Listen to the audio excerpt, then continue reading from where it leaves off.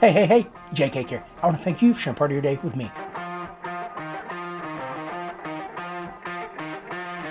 This is the fourth day of 30 teams in 30 days. That means we're heading north from Cleveland up to Detroit to talk about the second place AL Central Detroit Tigers, who had a 78-84 record with a negative 79 run differential. There's so much to be excited about with the hitting, and as I talk about some of these stats, I want to preface with these are improvements from last year, and the goal is that they're only going to continue to improve. Let's go ahead and get to this. The batting average leader, triples leader, and on-base percentage leader, Matt Vierling, who did play third base, played a little bit outfield as well. Now, the person I want to talk most about and the person I'm most excited about is Spencer Torkelson.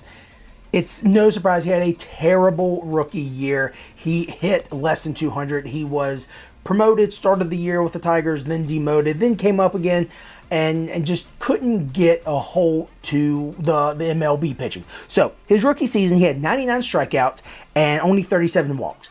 And that's also in limited action. Let's keep that in mind.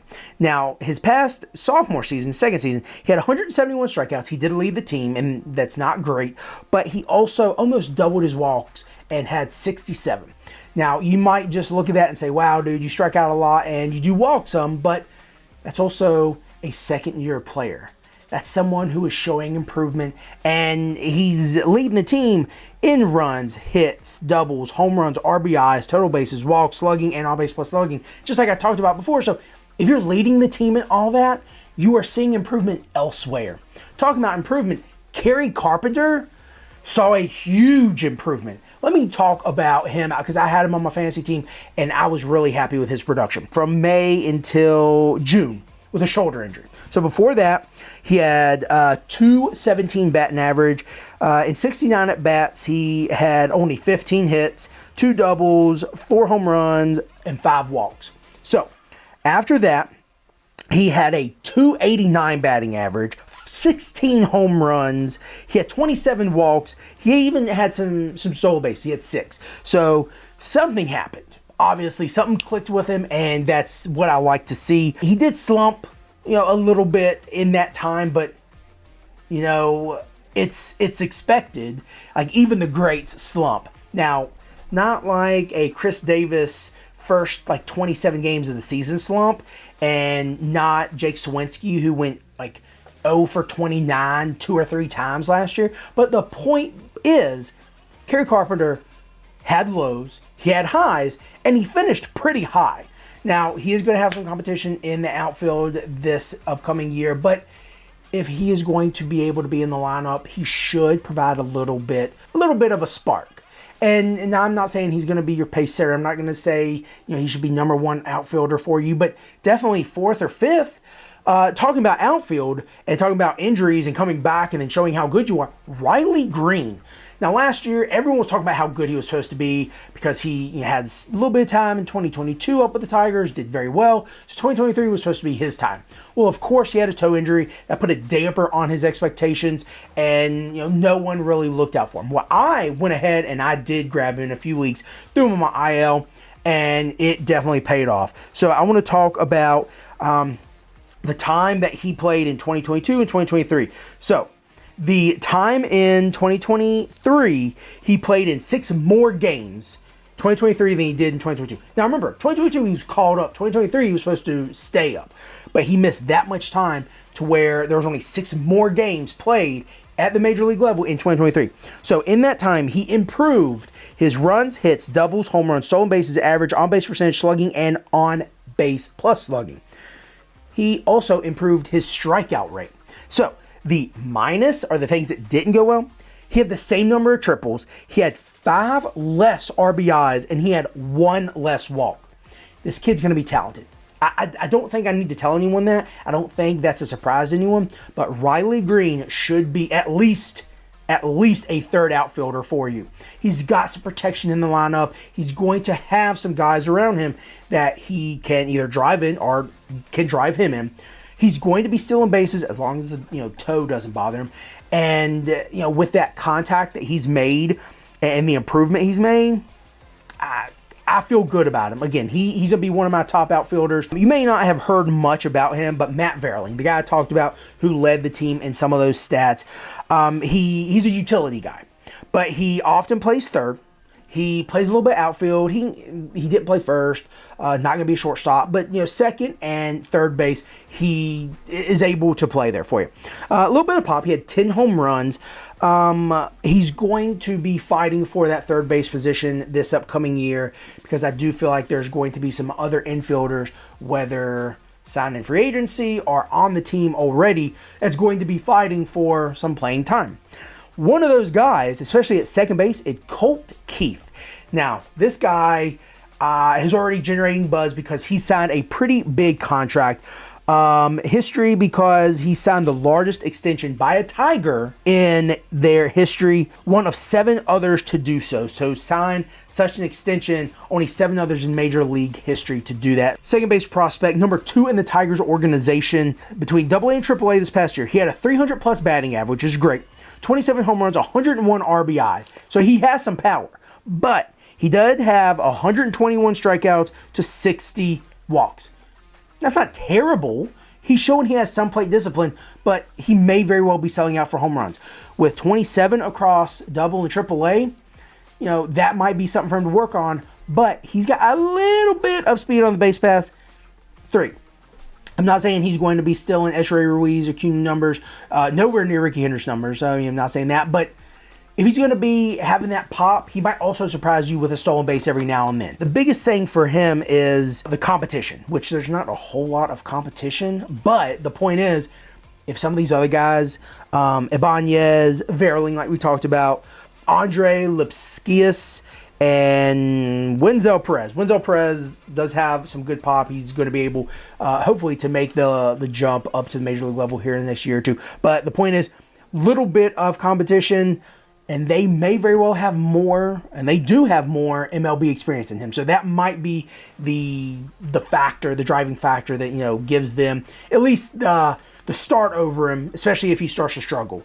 Now, we're expecting some struggle. He's moving up from double AAA, moving up to major league competition. It's going to be tough. However, as much as I do want to say the AL Central pitching is good, especially with some of the teams we've talked about, and obviously we're going to talk about the pitching for the Tigers, I also would not mind grabbing some AL Central pitchers because of the weak hitters in the AL Central. Now, I just talked them up.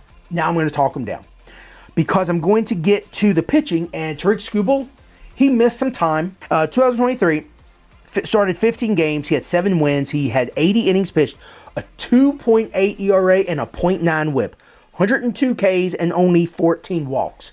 That's pretty good. That's pretty good production from a guy who's coming off an injury and who knows he has to fight for those wins, who knows he has to get some production on his side on the mound because there may not be that much production at the plate. So I'm excited. He's going to be the opening starter. No questions about that. And he's going to have a very young rotation behind him, except Kenta Maeda. I love Kenta Maeda. But very young rotation. We're going to talk about some of those guys. So there is some potential with Matt Manning, Reese Olson, just to name a few. Some guys I'm not really excited about, and we're going to get to that as well. But I'm excited because Tarik Skubal will hopefully be pitching more this year and avoid injury. He's only pitched 146 innings most at the major league level in a season. So is that a concern? Yes. But he's going to be the leader of that rotation. Coming in next in that rotation, who's very young, like we talked about before, Matt Manning. Started 15 games, only had 78 innings pitched, did have a 3.5 ERA, which is pretty good, a 1.04 whip. That's real good for a guy that you may not have even heard of. You may not follow the Detroit Tigers because, forever and ever, they've been terrible. Like, when was the last time they were good? Like, early 2000s? 78 innings pitched. He did have that decent 3.5 ERA, the almost 1 whip, but only 50 strikeouts, so he's not a strikeout guy. He had 21 walks. That's also not great, considering those 50 strikeouts are not going to be the kind of productive outs that you need. And I mean that because this means there's a lot of balls hit off him. Now, and what I mean is, he throws balls in the strike zone and the hitters hit him. Now, luckily, he's been fortunate to only have that 1 whip, but some balls might fall. some might get a little air under them, and that might lead to home runs. And errors, of course, have to be accounted for. So as much as I enjoy the idea of Matt Manning being good, I'm also worried that he could also implode. So next person we're going to Reese Olson. He did start 18 games last year. He did only have 103 innings pitched. So not necessarily going deep into games. 3.69 ERA, a 1.1 WHIP.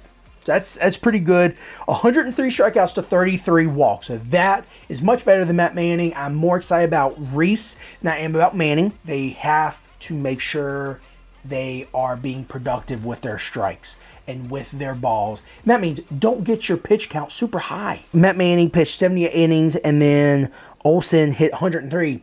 I mean, that's cool. That's a 25 inning difference. So what, that's 3 games, 4 games maybe, if you're going, quality start.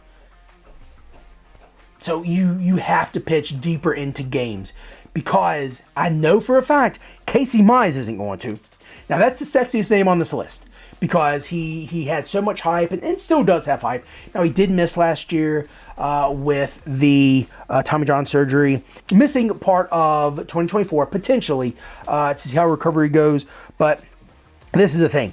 He is going to be a good player, I think, if he can stay healthy. So the limited time in 2021 he had was promising. He had 118 strikeouts to 41 walks.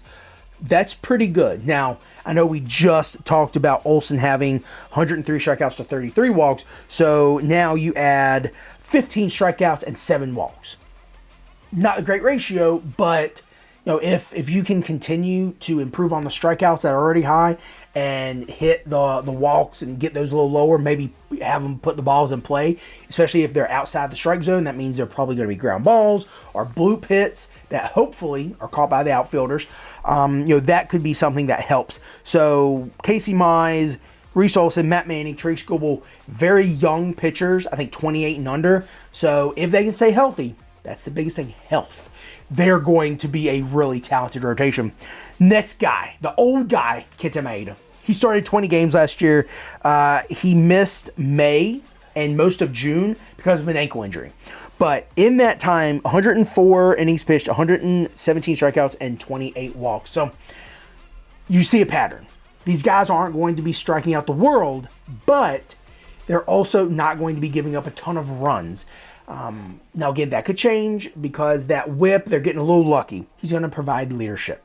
And I think he's absolutely going to be able to beat out the next guy we're going to talk about, who was an addition to the Tigers this offseason, which I'm not excited about. He's had one good year, one above average year, and otherwise, Jake Flaherty. I'm not a fan of him. So 2021 was the last good season he had. I would rather have the 2019 season, and that is because any other season, he has had a 4+ ERA. That's not going to win you games.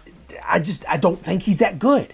Now, the Tigers signed him and thought that they were going to be able to get another younger guy. I think he's under 30. I think he's 28 or 29. So he adds to that young talent that they might have. But pitchers in St. Louis do well for the most part. He did well one season in St. Louis and has been terrible ever since. Like I said, a 4+ ERA, that's what you expect from Colorado pitchers, and that's good for them. I know Baldo Jimenez is the last guy to have a sub-3 ERA for the Colorado Rockies, but again, Flaherty, I really don't want him to make the rotation. He probably will, especially with the young guys potentially being on innings restrictions, but that's my take on Flaherty. I think it's going to work out better. I think he's going to look decent because of a weaker division that he's going to be in. Moving on from Flaherty as an addition, I forgot to even talk about the leaders for the pitcher, so let me go back to my notes.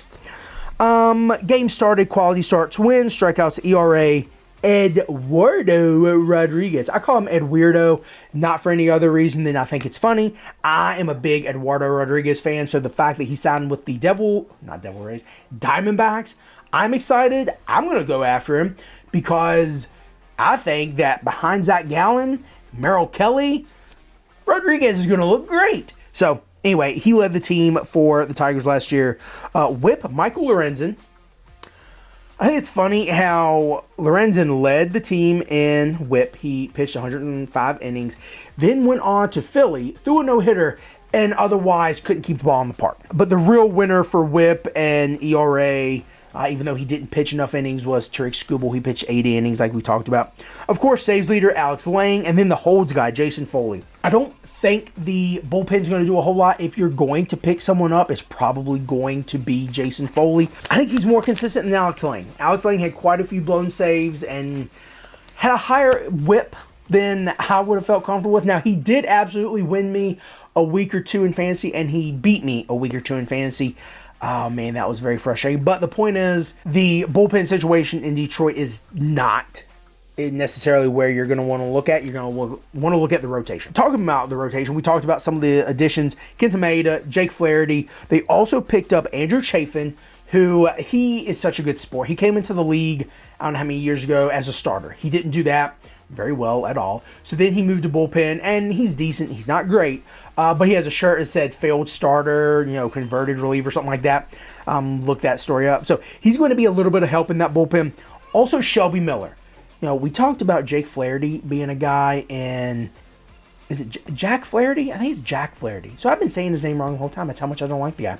But anyway, we have Flaherty and we have Shelby Miller, former Cardinals pitchers who maybe had one good season or a decent part of the season, then injuries and just underperformance has nailed them and gotten them bounced around the league. So they are now, back together on the same team, not the Cardinals.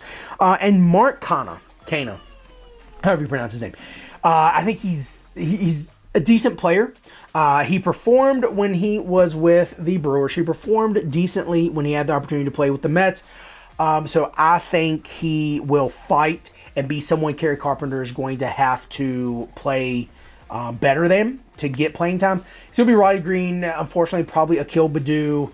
And then Parker Meadows. I don't know how I feel about him. I hope he's better than his brother, but the former Meadows came in with such high prospect status, and now I think he's out because of mental health issues or concerns or something like that. So hopefully he gets better, but I don't know how the Meadows brothers are going to do. I think the younger brother is better than the older brother. But anyway, so he's going to be a guy. Then we talked about Kerry Carpenter. Matt Vierling might also have some outfield. McKinstry is also someone who might play a little bit outfield. So Kerry Carpenter has some competition. I hope he is able to break through. Parker's the younger brother. Austin's the older brother. There we go. I got it right. So talking about departures, I think first and foremost you have to talk about Miguel Cabrera. He was such a phenomenal piece of not only the Tigers, but also the Marlins, but just baseball in general. I loved how he had so much fun, especially with Adrian Beltre. And yeah, Adrian Beltre hated people touching his hat or touching his head and messing with his hat. And, so Beltre would always do that. And I know there were a few times Miguel, untucked some guys' shirts. And so he had fun. He had fun with the game. The hopes of seeing his 3,000th hit, I did go to a Yankees Tigers game in Detroit, and the Yankees walked him. Now I think he was at 297 or 298, something like that. Maybe he was at 299 and was going to get 3,000. But point being, they walked him, and everyone in the stadium booed. It was a day game, so there weren't a ton of people there, but definitely people wanting to see Mr. 3000, not the Burning Mac movie, but the actual, witnessing of 3000 hits. So, of course, people looked at me and they were mad at me. I'm like, what? Honestly, I probably would have walked him too. At the time, I think there were, there was only one out. There's a guy on base. I don't want Miggy hitting a bloop into center field and them scoring a run. Well, what had happened was Miggy then got the walk. So now there's two guys on. The next guy hit a line shot to outfield, and now we're down 2-0. That's cool. Go Yankees. So that was pretty disappointing. Next guy is Matt Boyd. Now, Matt Boyd has been a mainstay for the Tigers. He went away. Now he's back again. However, Tommy John surgery is going to keep him out of 2024, at least most of it. He could be back. Eduardo Rodriguez and Spencer Turnbull. Spencer Turnbull was a guy that I thought was going to be really good. I, thought that he did well for a bad team. However, injuries and just not being able to locate, got him pushed out. And with the younger guys coming in and doing well, and there's not much room in that rotation anymore. So Turnbull's out, and then like we talked about, Austin Meadows, he is out. I definitely see some potential with this team, especially with the outfield. I'm super, super excited about Spencer Torkelson.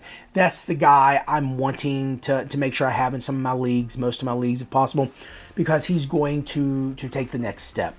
And in the AL Central, he has the pitchers in order to do that. And again, I don't mean to talk crap on the pitchers in the AL Central, but I'm going to talk them up because I think the AL Central is definitely somewhere to have pitchers and hitters, but I might rather have the hitters than the pitchers, to be honest with you. Because other than the Minnesota Twins, there are a few guys I'm excited about for these other 4 teams, but the Twins are the team I'm most excited about. But anyway, we'll get to them tomorrow. Point being, there's some excitement around this team. Colt Keith is going to have his chance. Matt Vierling is going to be the guy kind of to I don't want to say push him off, but be the guy he's got to compete with if there's no one to play third. The outfield is going to be crowded, so there is going to be people rotating in and out. So if you're not on your A game, you're not going to be starting. Hopefully Riley Green is on his A game and he's able to produce like he did in 2022, 2023, before the injury. So I am going to be looking at grabbing a few Tigers, pitching and batting. So maybe you should too. But if you're in a league with me, don't pick them because I want to, okay? Just pick Athletics players. Not Ruiz, because I want him. You can pick the other Athletics players, all of them. That does it for the Detroit Tigers. We're going to be taking a trip west to go to Minnesota to talk about the Twins tomorrow. This is Jake Cake, and I want to thank you for sharing part of your day with me.